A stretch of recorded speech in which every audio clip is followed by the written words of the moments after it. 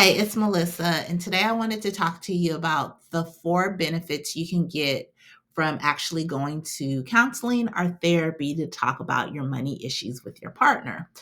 There's a lot of things that a therapist can actually go over with you in regards to your finances. We don't really realize that how we spend our money and our behavior are very closely linked. And when you sort of join in a partnership, sometimes that can kind of come out too. So, what there's four benefits I always see when people come into my office and they want to talk to me about this particular issue. The first thing that often is a benefit is it often helps build communication skills, not only about your money, but about your emotions. Sometimes money triggers certain types of emotions and like from past childhood wounds and things like that. So, understanding your triggers around money is helpful. And when you're in a partnership and that's kind of being a mirror back to you, when your partner does something or says something to upset you, that can really help the relationship when you discuss that with a therapist or a counselor. So that's one of the main benefits that I see when I'm able to help clients with that. The second thing is learn each other's financial and life expectations.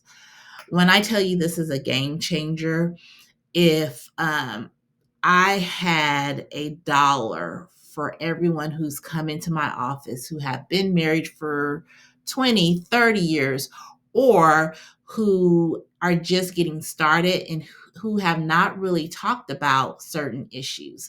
One of the questions I always ask is, and sometimes people don't really understand this question, but I'll ask them, what does it look like to be rich to you? I ask the couples that, right? And some people are like, well, what do you mean? But if you understand what you want out of life, what your rich life is going to look like is going to be different from my rich life.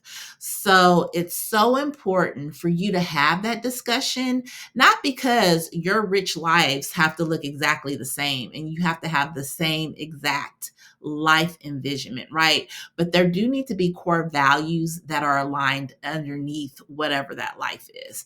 And counseling can really help with that. So that is the second one. The third one, usually people kind of ask me, it's kind of something that people often know about, and we talk about it commonly in the money community, right?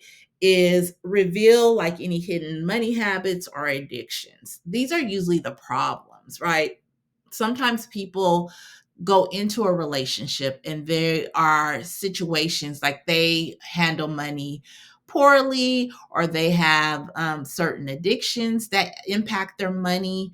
So when you go to a therapist and you're talking about this particular topic, you should really be diving into what are your money habits, not in a critical way, like I'm trying to shame or embarrass you, but more so like, okay, is this something I can actually get with and live with for the long term? Because if it's something that you can't live with for the long term, honestly, it might be a serious issue for the relationship continuing. Just saying.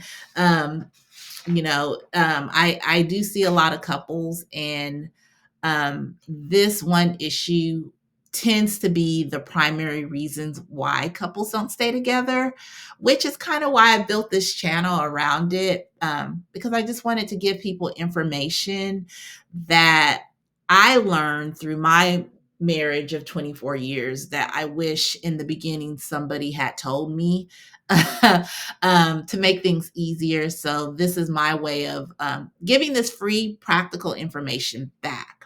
The fourth is you always want to address past financial and emotional baggage. Um, do you have credit card debt?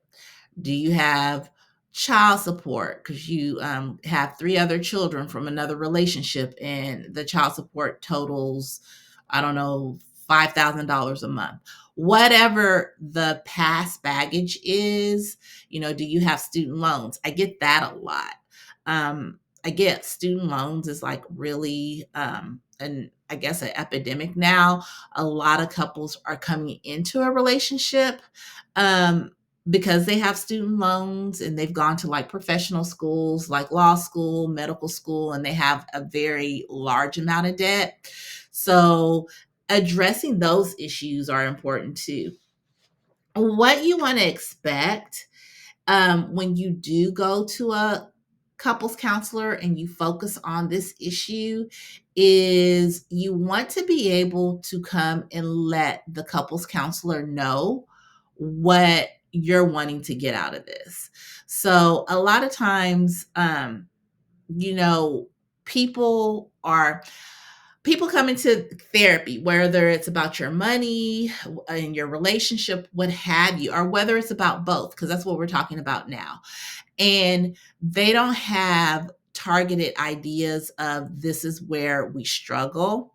So, looking at this video, looking at these 4 bullet points and assessing your relationship around the 4 bullet points can be a starter for you, and it will allow you to be able to go into a counseling session or a therapy session with your therapist and say, you know what, these are the things that are affecting me and my significant other.